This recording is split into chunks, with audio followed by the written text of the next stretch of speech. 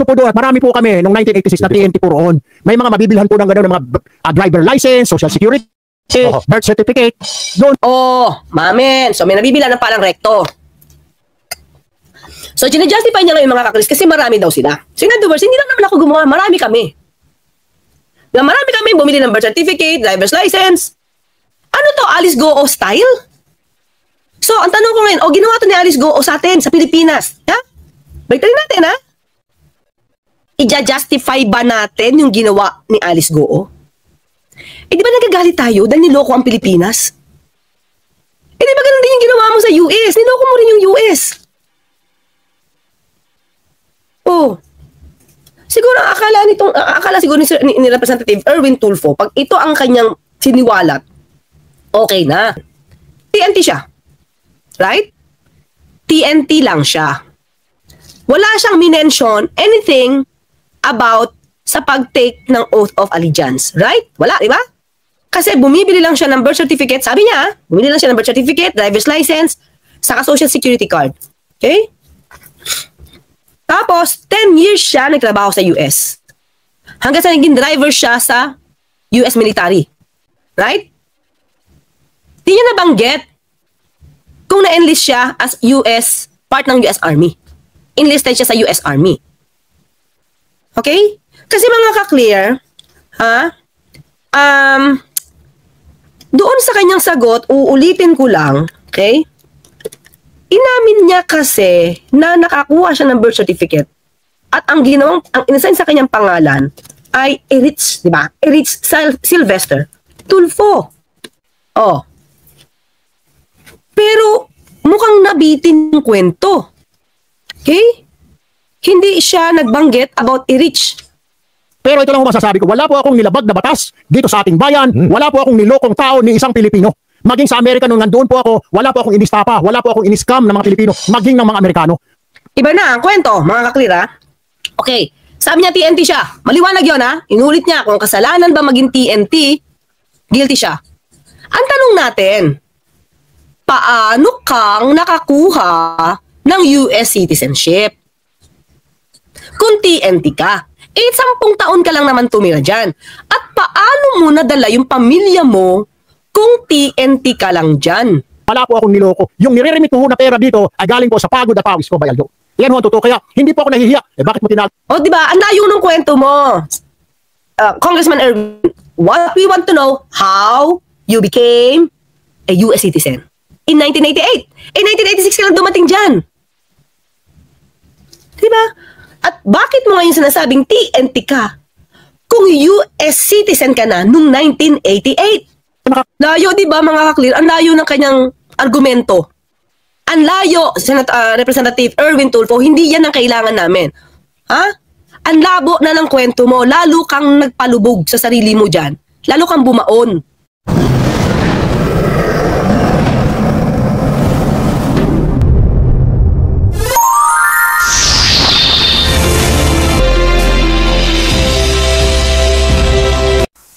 Hello mga kababayan ko, kumusta po tayong lahat? Naway nasa mabuti tayong kalagayan at salamat sa Panginoon sa buhay na pinahiram na sa atin at itong panibagong dagdag na taon sa ating buhay, yung 2025. And I hope and we pray na maging masagana po ang taong 2025 sa ating buhay. Now mga kababayan, ayoko na po patalagalin, kumusta po tayong lahat, mga OFW, saan man kayo panig ng mundo, kumusta po kayo? Mga kapwa kong Pilipino, mga kababayan, mga voters, mga botanteng Pilipino, itong video na ito ay sadya ko pong isi-share sa inyo dahil para po tayo maging aware sa mga nangyayari dahil darating na po ang eleksyon at marami tayong kandidatong pagpipilian.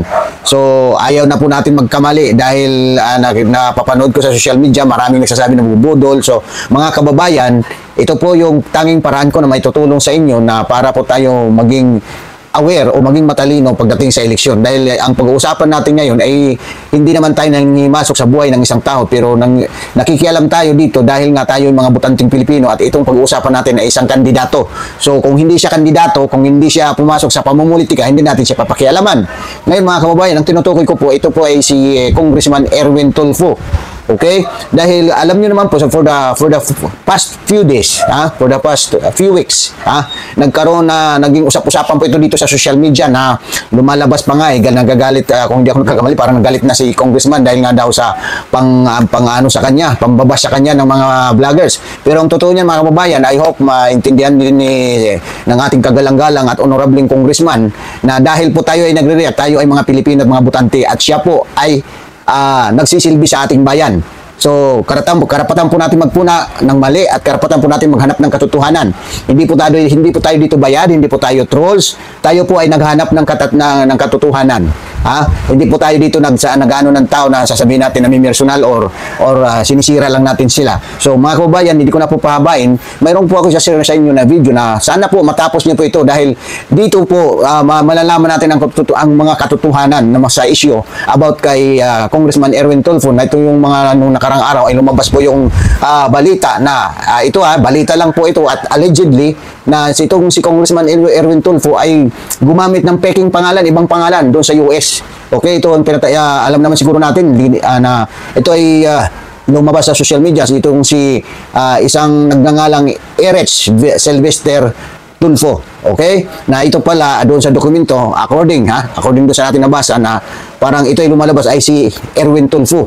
Okay? Now, mga kababayan, hindi po ako dito ang mag-discuss sa inyo or kasi ito lumalabas, mayroon kasi si Ginong Tulfo, si Erwin Tulfo programa sa yung isa-isang istasyon na pinaliwanag niya lahat, yung pagtitiinti niya na sa akin lang palagay na nag-create na maraming tanong kasi confusing masyado ang mga impormasyong binigay niya doon sa kung nasundan natin yung appointment hearing niya doon sa Congress. Di ba? Na-question siya, kaya hindi siguro siya nalala ko yun, parang hindi yata siya na-confirm na as DSWD Secretary dahil sa issue ng citizenship. So, iba po yung narinig natin sa mga balita at iba po yung mga pinagsasabi niya. So, pakinggan po natin itong isi-share ko lang po itong vlog ng isang sikat na vlogger na si attorney abogado po ito, si Attorney Claire Castro. Madam, pasensya na po kayo at gagamitin ko lang po ito para makatulong din po ako mag-share ng kung ano para malaman ng ating mga butante ng ating kapwa Pilipino kung ano yung katotohanan. Ayaw natin na mag-create dito ng mga marites. So, i-share ko lang po sa inyo yung mga reaction. Kasi ang napansin ko rito lumabas dito maraming katanungan si Attorney Claire Castro. Panoorin niyo po itong slide na papakita ko sa iyo sa vlog ni Attorney Claire Castro. At doon po sa mga gustong magsubaybay kay Attorney Claire Castro, ang pangalan po ng kanyang account ay Batas with Attorney Claire Castro. Ilalagay ko ang link sa baba at i-click nyo na lang po at i-subscribe at i-follow nyo na lang po siya. Doon makikita nyo yung detalye ng kanyang mga vlogs. Okay, panoorin po natin ito mga kababayan. Simulan natin ang kanyang kwento. Yung tiyuhin ko sa Amerika. Okay. Kapatid ng tatay ko. Sabi ko, auntie, baka pwedeng... Meron siyang auntie sa US. So, most probably, US citizen na to. No? Kapatid ng kanyang father. Pamag-anak ng kanyang father. Ulitin natin konti lang. Yung tiyuhin ko sa Amerika. Sabi ko, Okay. kapatid ng tatay ko.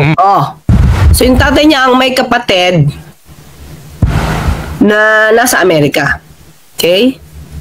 Kaya pala hindi mahirap tumakbo din dati si Senator Raffy Tulfo at magpanggap di umano na kidnap at tumakbo sa Amerika. Kasi may kamag-anak pala. Sabi ko, auntie, baka pwedeng makapunta ka sa Amerika. Sige, punta ka rito. Sabi nga nun, basta hindi ka mamili. Sabi ko, auntie, pwede mo ba ako petition? Okay ang question ngayon is, pwede mo ba ako i-petition? So most probably yung auntie niya is US citizen na or permanent resident, no?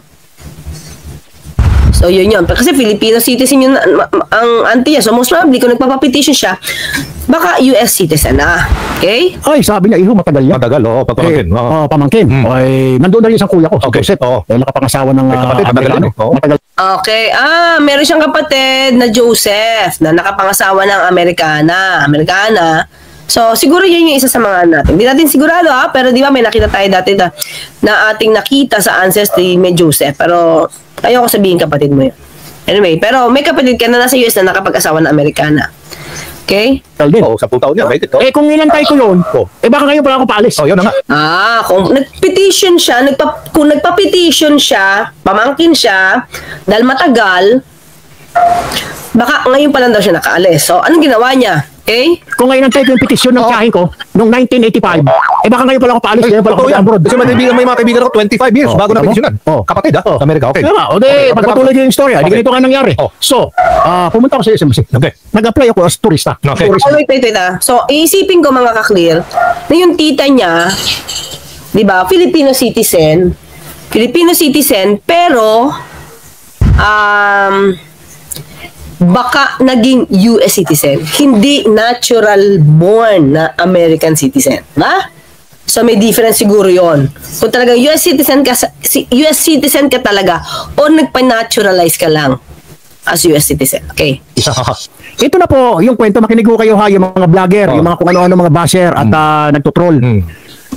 Umalis po ako ng Pilipinas para mag-TNT po ako sa Amerika. Tago. Tandaan natin na TNT siya. Wala siyang legal na papel. So, dun pa lang, alam na natin na meron siyang maling ginawa. Okay? Kahit siguro anong justify ang gawin niya rito, mali pa rin. Alam natin yun, di ba? Kahit sabihin natin na, totoo mga Pilipino, di ba? TNT yan. Pero yung pagiging TNT, okay, sabihin niya, dapat natin na parang, dapat pa nating iangat ang pagiging TNT ng isang mga Pinoy. Iintindihan natin yung ibang sitwasyon ng mga Pinoy na nagtrabaho dyan, pero hindi ba dapat mas gawing legal?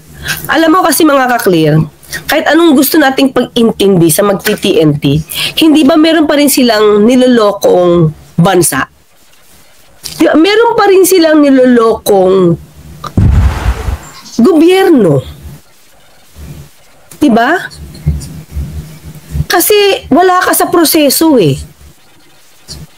Kahit sabihin natin na yung mga Pinoy dito, TNT, tago ng tago, para lang makapagbigay. Ito kasi yung katwiran niya eh. Para makapagbigay ng support sa mga anak, dahil walang kinikita dito, ito yung para sa pamilya.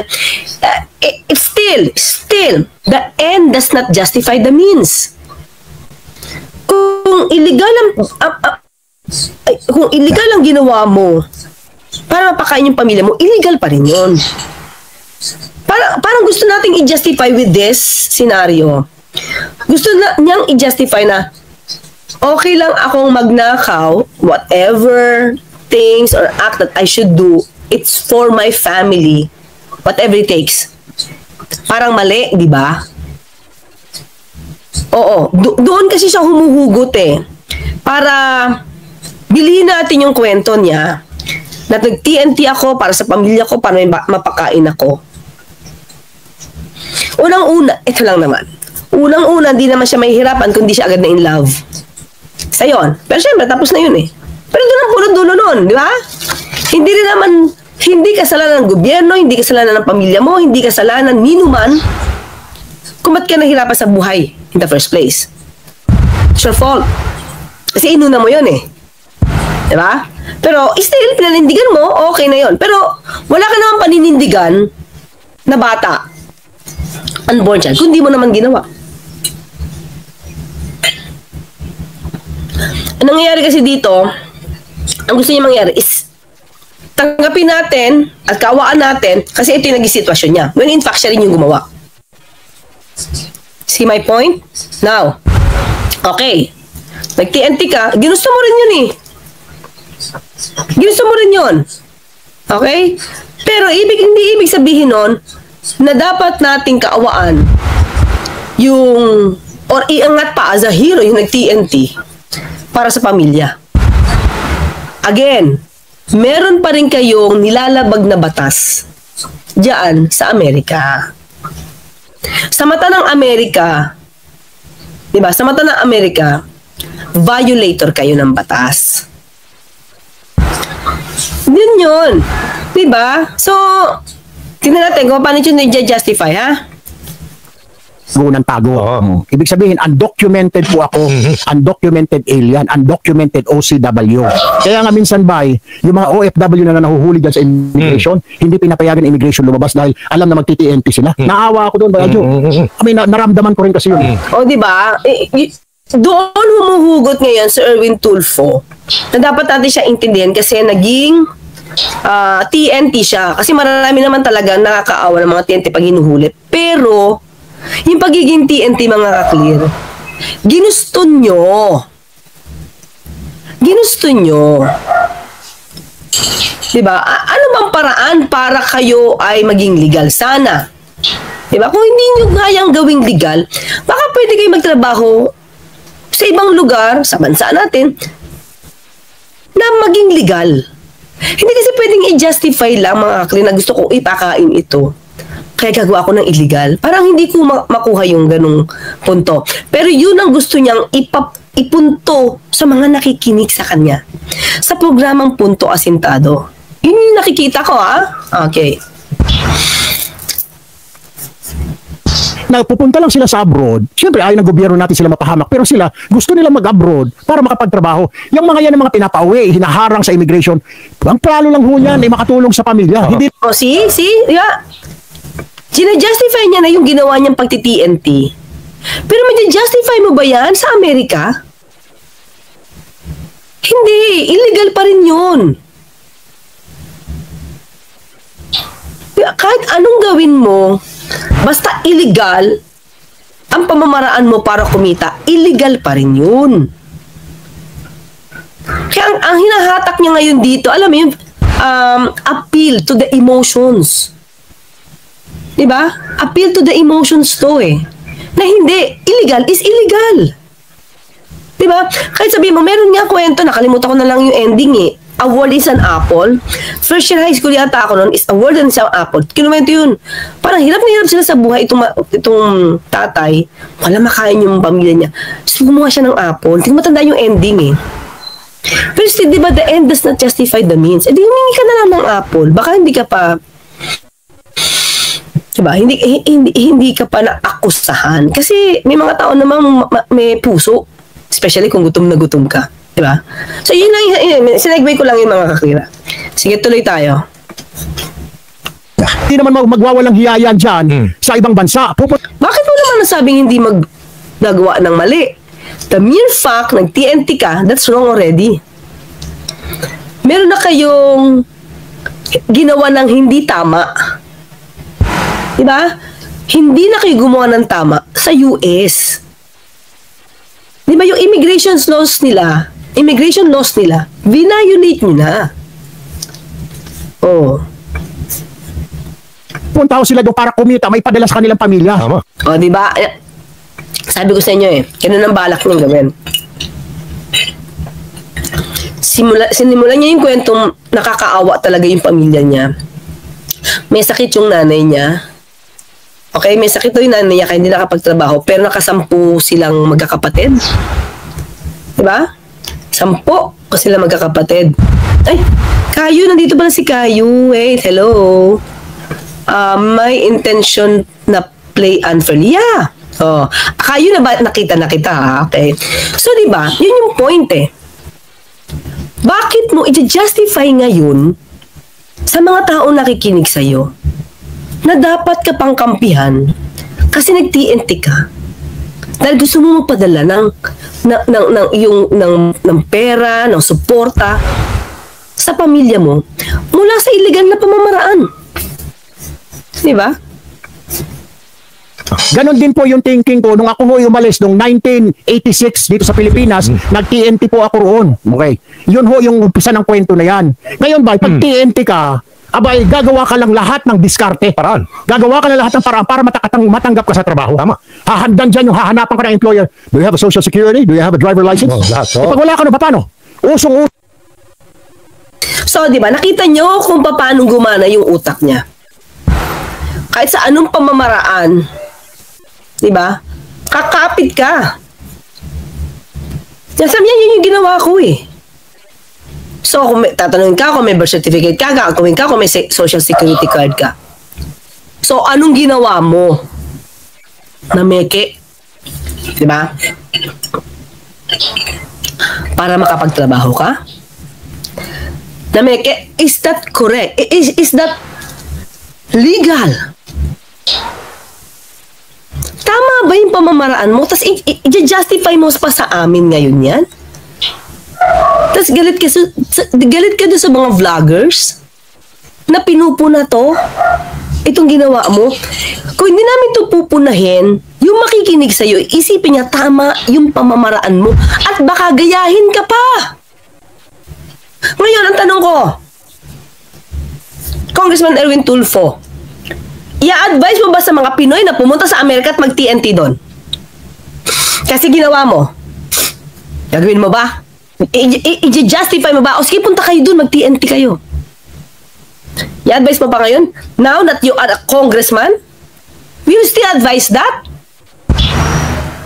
Ginawa mo eh.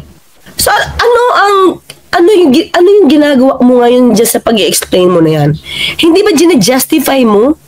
Hindi ba maging modelo ka pat gayahin ka? At lahat ng Pilipinong pupunta doon na turista, magti-TNT at magtatrabaho. At lalabag sa batas ng US. Ba? Uso po doon at marami po kami nung 1986 na TNT po roon. May mga mabibilhan po ng gano'n, ng mga driver license, social security, birth certificate. Doon. Oh, mamen. So, may nabibilan ng palang rekto. So, ginajustify niya ngayon mga kakris kasi marami daw sila. So, in other words, hindi lang naman ako gumawa. Marami kami. Marami kami bumili ng birth certificate, driver's license. Ano to? Alice Goo style? So, ang tanong ko ngayon, ginawa to ni Alice Goo sa atin, sa Pilipinas. Ha? Baliktadin natin, ha? I-justify ba natin yung ginawa ni Alice Goo? Di ba nagagalit tayo dahil niloko ang Pilipinas? Di ba ganun din yung ginawa mo sa US? Niloko mo rin yung US.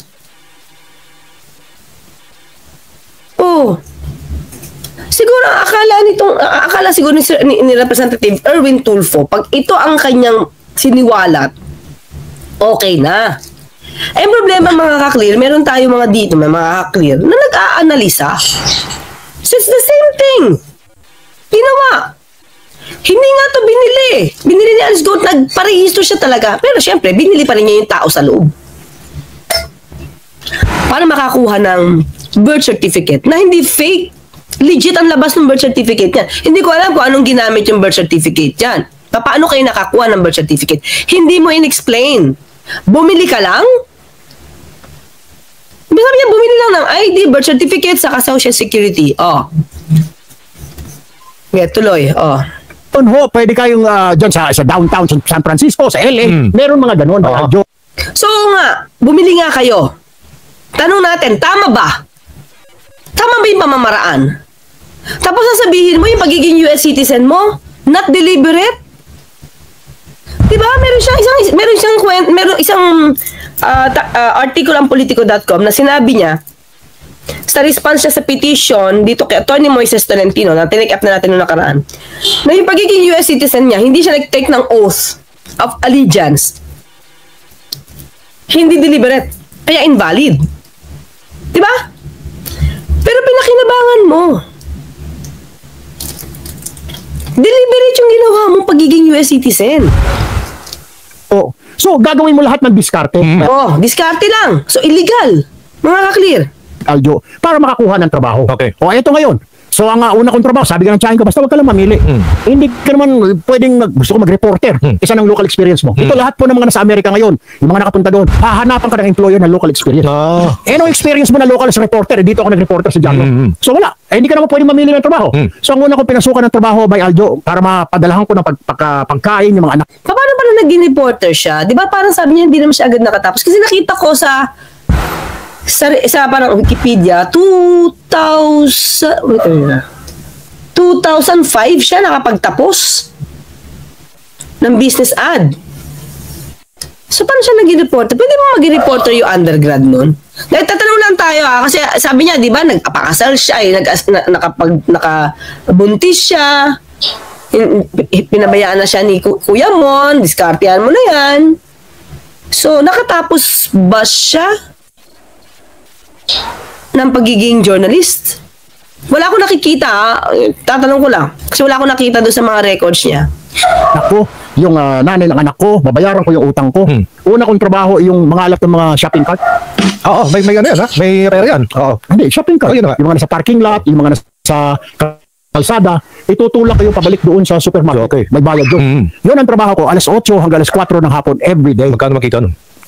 Dahil TNT ka, ang basic doon, ang minimum dati doon, $5 per hour. Okay. Pero dahil TNT ka, $2 ka lang. Okay. $2. So, winter yun. Dumating ako doon. Malamig yun. Ay, naka-jacket ako, nakalahat. Sa California ba yan? Dalawang medyas San Francisco. Ay, malamig dun. Okay. Daily City. Kulang. So pagdating sa gabi, yung katabi naman na restaurant na Filipino restaurant, Bakit inaplayan ko as dishwasher. So okay. 8 to 4 ako dito sa pagtutulak ng shopping cart. 6 to 10 po ako, tamang-tama dinner doon sa restaurant. Dishwasher. Dishwasher naman ho ako. Ito ang problema. Pag TNT ka kasi, laging ini-inspection ng immigration yung mga tindahan. Baka may mga illegal kayo yan, usong-uso. At saka marami na papauwi dati. So hindi ka pwedeng tatagal dahil pag minsan darating yung immigration. Biglaan. Where are your employees? Bring them out. Hanapin ka ng dokumento. Nakapila kayo lahat doon. Where's your document? Titignan. Eh, siyempre, matalas yung mata ng mga US immigration. Oo, ganun. Pag-pick, pusas. Oo. Pag-kwan, huli, pusas. Uwi ka. Deport ka agad. Hindi, deport ka. Deport ka. Mamabait naman sila. Hindi ka kukulungin kagad sa atin na dadaling ka sa city jail. Sila doon, dadaling ka sa immigration facility, paprasa sa papel mo, pauwi Uwi ka. ka. So, yung problema, hindi ka pwedeng tumagal sa trabaho mo. So, ang nangyayari, lipat ka na naman ng trabaho. Again, intention niya na hindi siya mahuli kahit TNT siya, di ba? Kaya hindi siya nagtatagal sa trabaho, lilipat-lipat siya para hindi siya mahuli. Kasi wala kang kasiguruhan kung ano mga Lipat para maiwasan talaga, no? maiwasan yung inspection ng immigration. Yun ang nagiging problema. So, lipat na naman. Hanap ka na naman ng trabaho ngayon sa iba na naman. Kasi nakakuryente na dumating na immigration doon sa plaza parang Filipino plaza yun So natitigan ka na. Hanap ka na naman ng isang trabaho. Yung sumunod ka na trabaho dito na sa may Oakland, California. Nag-apply ako bagger. Gawin mo. Ang supermarket pa rin? Supermarket. Okay. Bagger. Kasi may experience ako sa pagtutulong. So bagger. Medyo tumaas-taas yung sweldo ko, 50. Okay. Bagger ako sa umaga by Aljo. Tapos, pagdating sa gabi, sa stock room. Ng the same na supermarket? Okay, iba naman. Doon naman sa stock room ng kwan yun. Hindi ka natutulog lang? Stock room, hindi. 8 hours ka, pwede kang 4 hours part-time. Full-time, part-time. Kasi bawal naman yung pareho mo ipo-full-time. Okay. Mga kaso na Department of Labor, yung kumpanya. So, nagpo 4 hours ako doon sa, hindi ko sigurado kung sa Mervyn's ba yun o JCPenney, sa stock room. Yun yung kakamada ka, bubuksan mo yung mga kahon, i-display mo yung mga damit, kayo yun, gabi yun, graveyard. So, yun ang naging trabaho ko sa stock room. Tapos, para makatipid by Aljo, bago ako umuwi, may nakikita ko yung mga homeless, yung mga kainan. Stick dweller, Yung mga street dweller. Merong mga ganun, yung mga soup kitchen. Sa San Francisco, uso yan. Soup kitchen, yung mga simbahan, yung mga kumbento, nagpapakain. Pipila ko by Aljo doon. Ilang beses ko naranasan yun dahil para makatipid, kasi ibili mo ng mga hamburger, ito libre. Pipila, masarap din naman. Bibigyan ka ng sopas, may mga sahog. Minsan, meron silang mga mashed potato. Gustong-gusto ng mga homeless, mashed potato. Tapos may sabaw na sarsa. Akala ko ba sa auntie niya siya tumuloy? Nagsolo na ba siya ng tirahan? Hindi niya nakwento, di ba? Parang yung sa mga KFC, gano'n, may mashed potato. Laban na yun. Pipila ko para doon, para makatipid lang by Aljo. So, hindi gano'n. After few months, may mga Pilipino ako nakasama. Kami, pare, may kuha ka ba? Hindi, wala akong papel eh. Kami, pare, may makukuha ka doon, may mga ganito. Uy, pare, meron palang opening ang pinakamaraming trabaho sa Reno, Nevada. Doon, hindi sila mahigpit. Sabi ko, ganun ba? Hindi mahigpit ang Reno, Nevada. Pumunta ka lang kung gusto mo. Ay, tama-tama, yung santsahin ko, doon nakatira sa Reno. Yeah, sabi na, come over. Sabi niya, you can work in the casino. Ang daming casino. So pumunta ako ng Reno, Nevada. Doon ako nag-apply ng trabaho. Noong umaga, ang trabaho ko, kaya halos lahat ng trabaho nadaanan ko na eh. Nag-caregiver po ako ng matatanda. Caregiver ka Kaya ang gagawin mo dati kasi yung caregiver, yung mga naka-wheelchair, ilalabas mo sa arawan para maarawan. Tapos ipapasok mo, tapos papaliguan. Yung mga lalaking mga matatanda. Tapos itutulak mo naman doon sa komedor. O yan, 8 to 4, ganun ang trabaho ko. Pagdating sa gabi, warehouse man naman ako ng Montgomery Wards. Department Kayod kalabaw talaga. Kasi kulang eh. Tapos sinabi ng girlfriend ko, buntis ako ito sa pangalawang anak natin. O di ba? Walang family planning, nihirapan na sa isang anak, nagbuntis pa ulit, di ba? Okay. Kailangan mo mag-double time. Diba? Gumawa ng paraan. Kailangan mo gumawa ng paraan. Hindi naman po pwedeng kaang-kaang ka dyan. Badging. Hindi mo pwede. Tapos, dati hindi pa uso mga cellphone. Ang gagawin ko dyan, magpapabarya ako pag mag-sweldo. Pila ka pa doon. Papabarya ako ng kulay ka nalagay ng kwartes. Mga telepod mo. Yun yung trabaho ko. O pagkatapos, so babalik tayo doon sa umaga, taga-kuhan ako ng mga matatanda. Sa gabi, sa casino ako, sa warehouse ako ng Montgomery Wards. Pero sa stock room ulit. Sa Nevada na ito, ha? Sa Reno. Pagkatapos, nanawa na rin ako dahil ang ginawa naman, yung Department of Health yata nila, kailangan meron kang lisensya para mag-alaga ng matanda. So, bumitaw na ako doon, bumitaw na ako. Ang ginawa ko, Bibitaw siya talaga, hindi dahil sa nanawa siya mga klik. Kasi kailangan na ng lisensya. Wala siyang lisensya, di ba? TNT siya eh. TNT siya. Apply na lang ako as janitor sa casino. Okay. Yung sa El Dorado Casino, ito nakaka-relate po siguro yung mga Pilipino ho dyan ngayon sa Dorado? Amerika. Oo. Sa El Dorado po ako, naging janitor po ako dyan. Kami yung taga-vacuum na madaling araw. Bina-vacuum dahil wala pa mga customer masyado. Pati mga gaming table, sinashampoo yan. Bayaljo. Yung mga elevator, yung mga salamin, pinupunasan mo. Yan po yung sweldo ko ho dyan. Yan ho yung trabaho ko. So, dyan ako medyo tumagal sa casino. Tapos naging sa warehouse ako ng Montgomery Ward. Vacuum cleaner. Oh, Oo. pagkatapos yan, pumasok na ho ako, assistant mechanic. Pero before pa that, naging watchman din ho ako. Yung parang Halos security lahat na guard. pinasok ko. Parang security guard by Aljo, pero unarmed. Kasi dalawang klase security guard po sa May bagay. US. Yung armed, medyo mahal yun. Yung unarmed, dala mo lang flashlight. Flashlight. Akala ko ba? Babantay mo, napakalaking bodega. Oo. O may fence lang. Oo. Pag may magnanakaw, tatawag ka, tatakbo ka sa opisina, tapos telepono na Oo, 111. kasi wala pang cellphone dati. There's a robbery going on. Walang cellphone. Sobrang lamig. Dahil nakatayo ka lang sa parang guardhouse, may hika Sus, sa maliit. lamig Sa doon. Reno, Oo. nag-negative po. Oo. O di, Lamig doon. Wala, 2 buwan lang. So, Hindi kaya. hindi na kaya. So, ang ginawa ko na ba, Aljo, ang nangyari ho dyan, nag-apply na naman ako as a assistant mechanic, pagkatapos driver sa US military base. Yun na. Okay. Nag-apply siya na driver sa US military base. Okay, para hanggang doon lang ha. Okay, sige, tingnan natin. So, yan ho yung mga trabaho ko. Okay? So, hindi niya nabanggit na na-enlist siya sa US military, sa US Army. Okay? Tingnan lang ha. Okay, tuloy natin. For 10 years, yan ho yung trabaho ko sa Amerika. 10 years. After 10 years, nadala ko na yung mga bata sa Amerika, gawa ng Diyos. Kaya pasalamat din ho ako sa United States dahil nadala ko yung mga bata sa napag-aral. Libreng edukasyon doon. Hanggang high school, libreng edukasyon. Pati college, pwedeng ilon ng bata. Bayaran nyo lang. So, nang nadala ko na doon, sabi ko, tama na siguro yung trabaho na ito.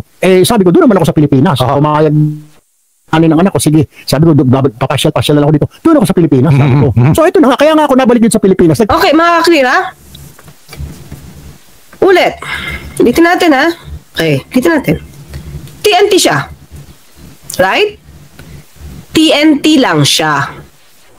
Wala siyang minention anything about sa pag-take ng oath of allegiance. Right? Wala, di ba? Kasi bumibili lang siya ng birth certificate. Sabi niya, bumibili lang siya ng birth certificate, driver's license, saka social security card. Okay? Tapos, 10 years siya nagtrabaho sa US. Hanggang sa naging driver siya sa US military. Right? Di niya nabanggit kung na-enlist siya as US, part ng US Army. Enlisted siya sa US Army. Okay? Kasi mga ka-clear, doon sa kanyang sagot, uulitin ko lang, okay? Inamin niya kasi na nakakuha siya ng birth certificate at ang inassign sa kanyang pangalan ay Erich, di ba? Erich Sylvester Tulfo. Pero mukhang nabitin yung kwento. Okay? Hindi siya nagbanggit about Erich. Okay? Puntahan nga natin ulit ha. Pupuntahan ko lang ha. Wait ha. Sige. Nagtrabaho na po ako. Una kong trabaho dito sa ABS-CBN. Okay. Reporter. Nag-aapunta tayo doon, no? Nag-aapunta tayo doon. Sa ABS-CBN. Tapos kung naalala mo, di ba, pinahawak sa akin ng Huy Gising, yung public service program. Dahil si Manong Ted Pailon, nag-congressman. So ako nag-take over. Unfortunately, bumababa na yung rating ng Huy Gising, pinasara. Ang nangyari tuloy, dahil kita ako ng tao sa mga coverings, ako nilalapitan, hinihingan ng tulong. Hey, Erwin Tulfo, may sakit yung Erwin Tulfo, yung asawa ko nakulong. Ang ginawa ko, nagtayo ako ng action center doon sa labas mismo ng ABS, doon sa kanto ng Mother Ignacia. Yan, at nakita sa ko rin yan. Rivera. Yung mga bumipila doon, marami. Doon nag-umpisa yung public service sa office ko. Since 2000 yun, Bayaljo. Hanggang ngayon, bukas pa. Pero nandiyan sa Mother Ignacia ngayon. So, ito mo yung ginawa ko, Bayaljo. Ngayon, kini-question ako ng mga ilang mga vlogger. Kini-question ako ng ilang basher, mga troll. Diyos ko po, sabi, may karapatan pa ba yan tumakbo bilang senador, bilang mataas na opisyal ng bayan natin, walang kredibilidad, walang integridad. Kung pagiging TNT ko ho, kung pagiging undocumented alien ko po, bawal po ako magsilbi. Bawal na po ako magtrabaho sa ating bayan, na ginawa ko lang naman ho yun para mapakain yung mga anak ko, para maitawid yung mga anak ko sa paghihirap. Kung kasalanan ho yun sa tingin ho ninyo, then guilty po ako. Pero ito lang ho masasabi ko, wala po akong nilabag na batas dito sa ating bayan, wala po akong nilokong tao ni isang Pilipino. Maging sa Amerika nung nandoon po ako, wala po akong inistapa, wala po akong iniscam ng mga Pilipino, maging ng mga Amerikano. Iba na ang kwento, mga kaklir, ha? Okay. Sabi niya TNT siya. Maliwanag yun, ha? Inulit niya kung kasalanan ba maging TNT, guilty siya. Ang tanong natin, paano kang nakakuha ng US citizenship? Kung TNT ka, 10 taon ka lang naman tumira dyan. At paano mo nadala yung pamilya mo kung TNT ka lang dyan? Diba mga kaklir? Kasi itong pagkakalam ko, ha, please correct me, hindi ako taga-US. Okay? Pamilya mo, mga anak mo yung dinala mo, di ba? Mga anak mo yung dinala mo. Oh. Ito lang ang alam ko, mga kaklir, ha? Please lang, pakoy-correct ako, hindi ako taga-US. Okay. Ito yung nabasa natin, di ba? Family-based visas allow US citizens, and lawful permanent residents to sponsor their family members to immigrate to the United States. So ano ka dyan? Paano mo nadala yung mga anak mo sa US? Sabi mo, nadala ko na, salamat sa US, pinayagan. Bakit? TNT ka lang eh. Paano mo nadala? Di ba katakataka yun? May putol na kwento kasi. May gap. May gap yung kwento niya. Nakaka-clear. Sa totoo lang. Okay? Hindi niya binanggit paano siya naging US citizen.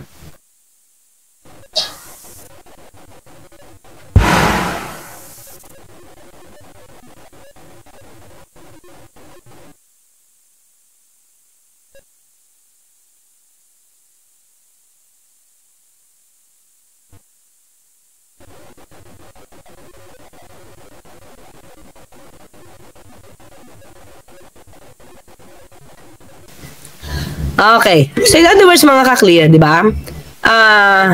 Lakihan ko to ulit. Okay. Ayan. So, in other words, di ba mga ka-clear, paano niya, di ba, kanina binanggit niya, yung auntie niya, gusto niya magpapetisyon sa kanya, sabi, hindi, it will take time. Di ba? Pero dito, mga ka-clear, paano niya nadala, no? Ay, mga secretary daw, sabi ni Jeffrey Jacusalem. Oh. So, okay. Kailan? Yan.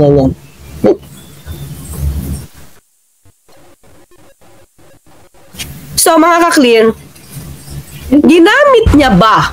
Tanong lang natin, kasi meron nag-i-exist na e-reach. Diba? May nabanggit na e-reach Sylvester Tulfo. Hindi niya yung sinagot. Okay? Ito. Okay, pakita ko ulit mga kakli. Pakita ko ulit. Okay.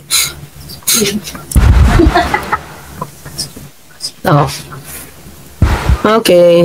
Dito mga kakli, kita ba? Okay, basahin lang natin Uulitin ko lang kasi baka yung iba wala dito. Okay, nakian ko. Yan. Dito mga kakli, di ba?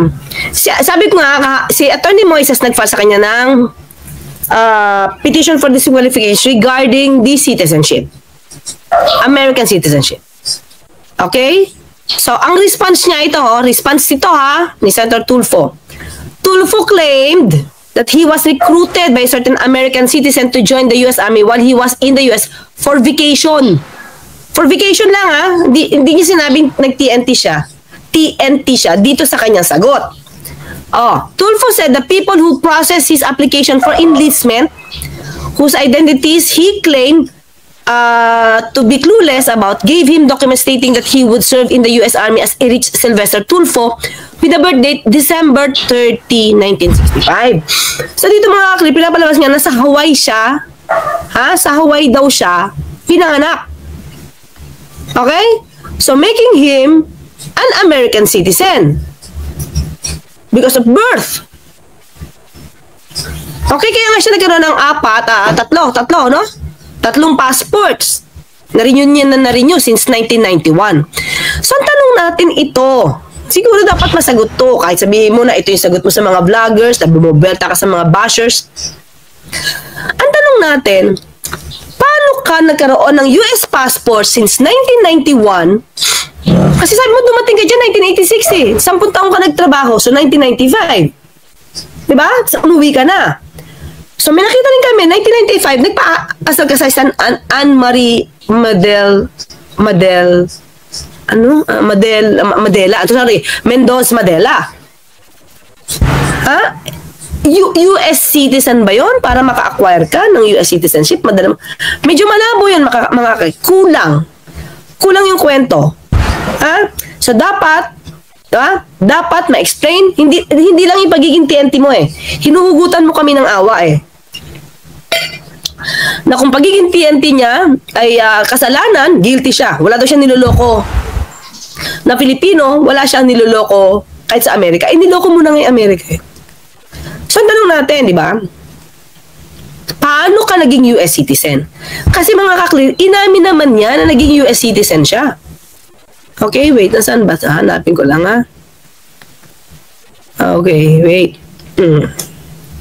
Umamin siya na naging US citizen siya. At,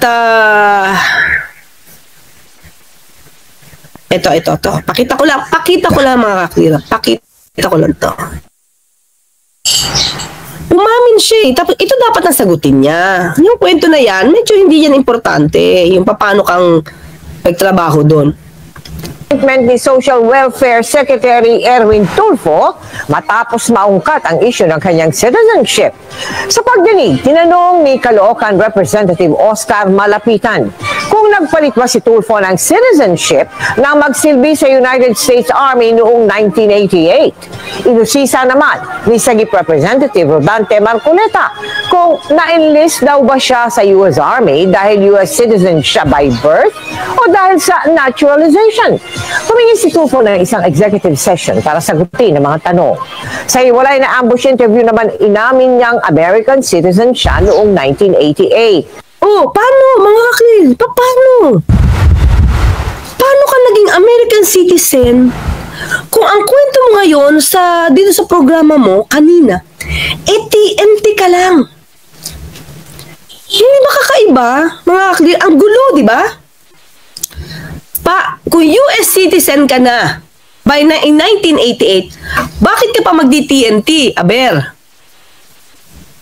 Diba? So, ang dami mo ngayon, dahil sa medyo nainis ka siguro sa mga vloggers na tinatanong kung ano yung sitwasyon mo, yung tunay mong sitwasyon, sumagot ka dito sa iyong programa na ang balak mo is ipasok yung idea na TNT ka, ba? TNT ka, para medyo may awa effect. Ba? May awa effect. Para sa pamilya eh. For the love of the family. Pero 1988, naging US citizen ka. How? 1991, wala ka. 1991, TNT ka pa rin. According to your kwento, paano ka naka-acquire ng passport, US passport? Diba? Ang daming question. Mas lalong dumami yung question dahil sa kwento mo. Diba? Dahil sa kwento na yan. Sige, tuloy. Pero nirenounce na raw niya ito at isa ng Pilipino. Diba? Hindi niya dinidinay mga kaklir na naging US citizen ka, pero sa 10 taon mo lang dyan, paano kang naging US citizen? Tapos nakapag-apply ka ng passport hanggang 2021. Diba? 2022 lang naman yun. Bagong kariri nyo pa lang nun mga kaklir. 2021, kariri nyo pa lang yan ng US passport. So, paano? Okay, una. Paano ka naging US citizen noong 1988? Okay? Tapos sasabihin mo ni-renounce. So, ibig sabihin, you have to renounce it kasi nagkaroon ka talaga ng US citizenship. Di ka TNT. Diba? Ano sabi ni Doc Chris, TNT tapos nagka-US passport, dinaig pa ang green card holder. Yun na eh. Hindi ba? Paano mong ginawa yan?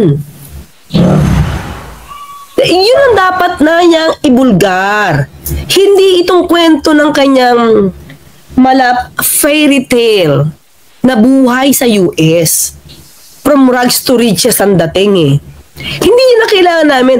Yung papano at yung sitwasyon mo, papano mong nagawang makakuha ng US citizenship, makapag-apply ng passport since 1991, US passport sa 1991, at saka mo lang nirenounce nung ikaw ay magiging DSWD secretary na. Yun yung kwento, hindi yung pagiging ano mo. Yung hirap na hirap ang buhay mo dyan, hindi naman yun yung kailangan namin eh. Okay, tuloy. Meron daw siyang dalang mga dokumento sa pagdinig para ipakita ito. Inugat din ni Marcoleta Okay na yan ha. Libel kasi susunod eh. pagkakakonvict Okay na yan. Hindi na importante. Citizenship lang tayo. Ito pa mga kakli. Share ko to.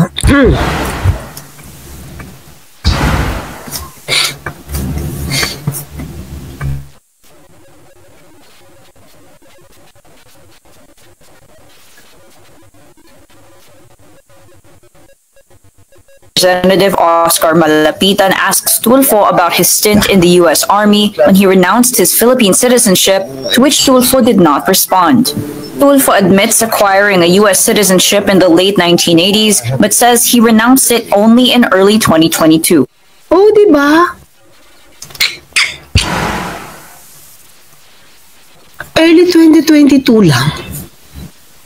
Tapos wala pa siyang papel na mapakita na hinihingi talaga paano mo na-renounce yung US citizenship na yan.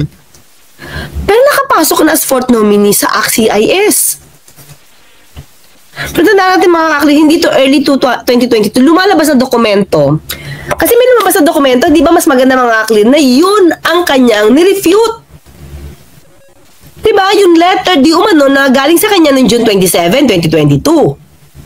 Tapos yung sagot lang sa kanya na cancel yung kanyang passport at saka yung social security ID niya or card niya noong October 2022 lang. Yun yung dapat mong tinumbok na sagot para masagot mo yung mga vloggers. Sagip Representative Rodante Marcoleta also asks Tulfo about his 2000 conviction. Okay, di ba mga ka-clear? So, itong sagot mo na to, baliwala ito sa mga vloggers na nag-iisip kung paano ka naging US citizen. Oh, sige tuloy. Wala po akong niloko. Yung nire-remit ko na pera dito ay galing po sa pagod at pawis ko, Bayaldo. Yan ho ang totoo. Kaya hindi po ako nahihiya. Bakit mo tinag... Oh, di ba? Ang layo nung kwento mo. Congressman Erwin, what we want to know, how you became a US citizen. In 1988. In 1986 ka lang dumating dyan. Diba? At bakit mo ngayon sinasabing TNT ka kung US citizen ka na noong 1988? Ako for 20 years, hindi po ipinangangalandakan ng mga mga undocumented alien, ng mga TNT. Pero hindi ko rin ikinahihiya by Aljo na once upon a time, nag-TNT ako. Na once upon a time, illegal alien ako. Once upon a time, nagtrabaho ako na undocumented. Ayun no, yung ibang mga kababayan ho natin, karamihan ho si mga Layo, di ba mga ka-clear? Ang layo ng kanyang argumento. Ang layo, Representative Erwin Tulfo, hindi yan ang kailangan namin. Ha? Ang labo na ng kwento mo, lalo kang nagpalubog sa sarili mo dyan. Lalo kang bumaon. Aminado ka na, baka nakalimutan yung inamin niya, 1988, US citizen na siya. Tapos ngayon, magpapaawa ka sa amin na TNT ka? Sige na, naaawa na kami sa iyo, pero sige na. Tell the truth. Anong ginawa mo? Kasi syempre maraming mga Pinoy, mga kaklir na gusto maging US citizen. Baka naman ma-apply nila yung ginawa mo kung legal yung ginawa mo. The problem is, dito sa kwento mo sa response mo, binigyan ka lang. Diba? Ito. Okay basahin ko ulit ito mga kaklir Okay, ito'y galing sa politico.com ha. Okay, The Great Pretender ang topic nito. Ang title niya, yan. Great Pretender, okay? That's December 30. Okay. Ito sabi niya, okay, sinight naman to na Politica.com. The letter dated October 11, 2022 accused Tulfo of assuming the identity of once Eric Sylvester Tulfo to become an American citizen. Sagutin mo to. Itong alias mo. Diba? Oh, an investigation revealed that Eric Sylvester Tulfo, born on December 30 in Hawaii, is not your true identity. Evidence suggests that you are Erwin Teshiba Tulfo, born on August 10, 1963 in Tacloban City, Leyte. Oh, ilamin mo sa Tacloban ka pinanganak. Pero ito, si Eric Sylvester, i-deny mo to. Deny mo to. At ang maganda malaman natin mga kakling, di ba? Sabi niya, pinapunta niya yung mga anak niya eh. Okay, pinapunta yung mga anak mo, ano ang pangalan na gamit ng tatay nila? Ikaw yun. Anong application nila, no, para mapadala mo sila, within 10 years lang yan ha, sa US. Anong ginamit mong pangalan? Erwin Teshiba Tulfo or Eric Sylvester Tulfo? Another question yan, mga ka-clear. Oh, marami lalong question ang papasok dahil dyan sa mga ginawa mong revelation. Okay, nag-TNT ka. So, paano mo nga nadala? Eh sabi mo nga, mahirap mag-petition. Oh, yung bang nanay nun na nabuntis mo, American citizen? Eh di, sabihin mo, ito lang di ba? Kung American citizen, yung babae, eh di, dapat mas nauna siya. Tapos, nagpakasal kayo. Mas madali yun, di ba? Kasi American citizen yung nabuntis mo. Pero hindi. Ang sabi niya sa kwento niya, siya ang nagpadala sa mga anak niya. Kaya nung sinabi niya doon sa nanay ng mga bata, siguro okay na ako, total nandiyan na yung mga bata. Nadala ko na. Kaya nagpapasalamat siya sa US. So how? Paano mong napadala yung mga anak mo? Diba? Paano? Through what effort? Tanong lang naman. Kasi, ang ganda nung style niya. Baka pwedeng gayahin at maging modelo. Kung legal. Pero kung bibili ka na ng birth certificate dyan at mag-a-assign ka ng pangalan at born ka in Hawaii, eh delikado yun. Hindi ka dapat mamarisan dun. Okay? Okay.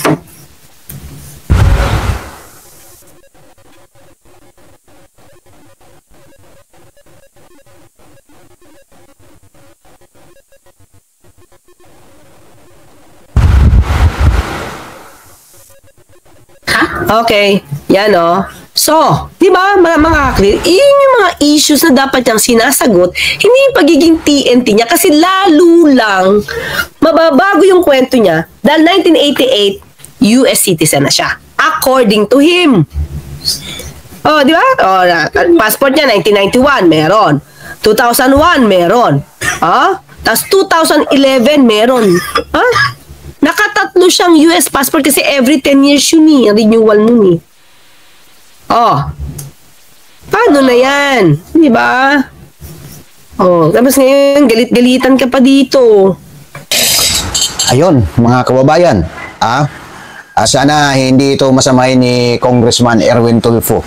Hindi po tayo dito, gusto lang po ipaalala kay Congressman, hindi po tayo trolls, hindi po tayo bayad, o hindi po tayo alaga or bata-bata ni numan. Itong vlog na ito, wala po ako dito kinakampihan. Ang atin lang dito is gusto lang natin malaman ang katotohanan doon sa mga isyo.